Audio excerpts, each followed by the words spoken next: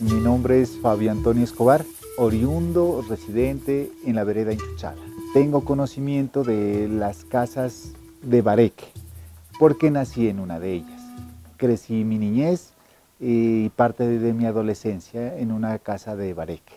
Y totalmente de paja, o sea, como eran las casas normalmente, similares a los kioscos indígenas, pero en la época que ya nací eran las casas cuadradas, no redondas. Siempre era madera, como le decía, barro y paja. La madera, por ejemplo, eran parales enterrados y parados, ¿cierto? Y se cruzaban varas delgadas, o sea, decían las chaclas, ¿no? Esas varitas son las chaclas. Y el barro se lo preparaba pisando, revolviendo barro con arena, y además de eso se le agregaba tamo o paja para que sea consistente y al echarle a las chaclas o a las varas no se despegue. Entonces se le echaba eso y quedaba como repellado, como quedaba bien bonito. Uh-huh.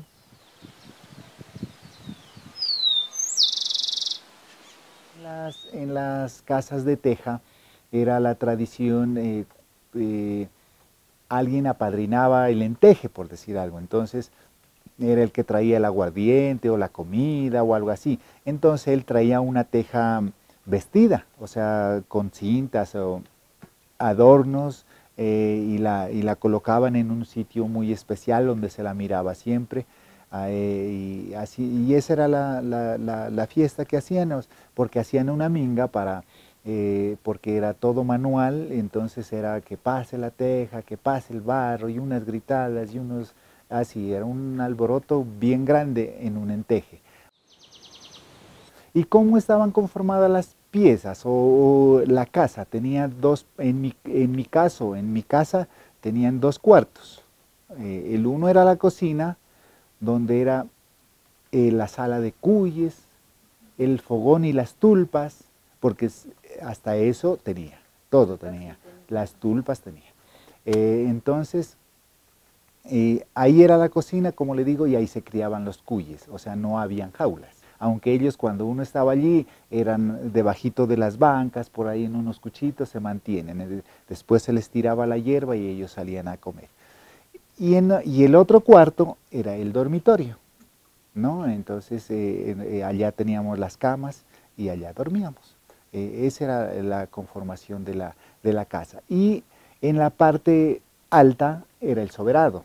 O sea, el soberado era tradicional, porque en el soberado se ponían las chulas de maíz, o sea, amarrar un maíz del catulo de un lado, del otro lado, y se va colgando en varitas. Entonces ahí se permanecía por años el maíz, no se dañaba en la tusa, no desgranado, sino en la tusa. Cuando se iba a utilizar, entonces ya lo bajaban y, a ver, hijito, a desgranar.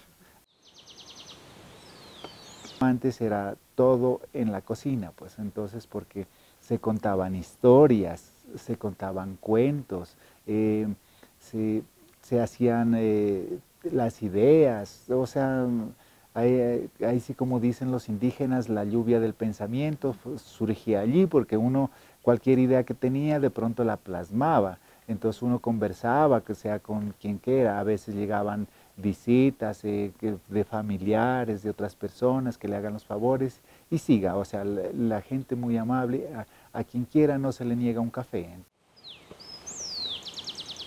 Pero aquí, por ejemplo, ya no hay ninguna casa a la vista de esas características, pero como siempre se anda, yo sí he andado por Cumbal, en otras partes sí hay casas, entonces allí vienen los recuerdos, o en fotografías ya, o sea, uno mira las casas de Bareque y las casitas de paja, y es una añoranza y un recuerdo muy hermoso que ha pasado en la vida, ¿no? Entonces, lo sentimental siempre seguirá, o sea, hay cosas que, como imágenes, como sabores, como olores, que le recuerdan a uno cosas, que le recuerdan sentimientos.